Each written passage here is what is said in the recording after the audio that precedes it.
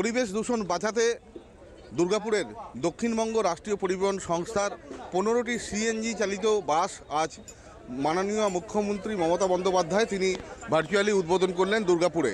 এই 15টি সিএনজি বাস চলবে দুর্গাপুর শহরে বিভিন্ন রুটে এবং আগামী দিনে দক্ষিণবঙ্গ রাষ্ট্রীয় পরিবহন সংস্থার ইচ্ছে রয়েছে যে দুর্গাপুর শহরে যে সমস্ত পুরনো বাস রয়েছে বা ডিজেল চালিত বাস রয়েছে সেগুলোকে ধীরে ধীরে তারা বন্ধ করবেন এবং পরিবেশ বান্ধব সিএনজি বাস চলবে দুর্গাপুরের ডিপো থেকে বিভিন্ন রুটে। এই পরিকল্পনা রয়েছে দক্ষিণবঙ্গ রাষ্ট্রীয় পরিবহন সংস্থার।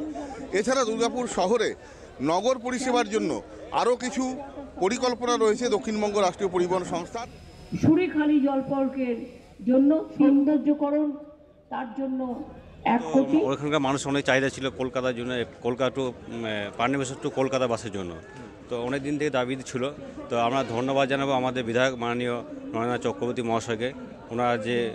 ওনার প্রচেষ্টার জন্য আমরা একটা বাস পেয়েছি পান্ডবেশ্বর টু কলকাতা।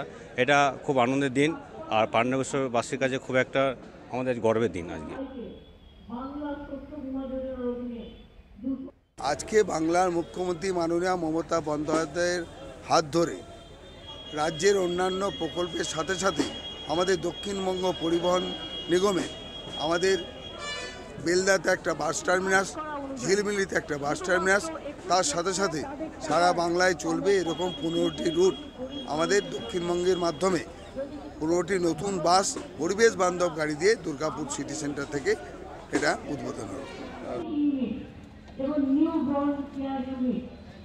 সব কিছু মিলিয়ে আগামী দিনে দক্ষিণবঙ্গ রাষ্ট্রীয় পরিবহন সংস্থা তারা চাইছেন মানুষকে পরিবেশ বান্ধব বাস দিতে এবং পরিবেশকে সুরক্ষিত রাখতে এবং সমস্ত রকম পরিবহনের পরিষেবা দিতে।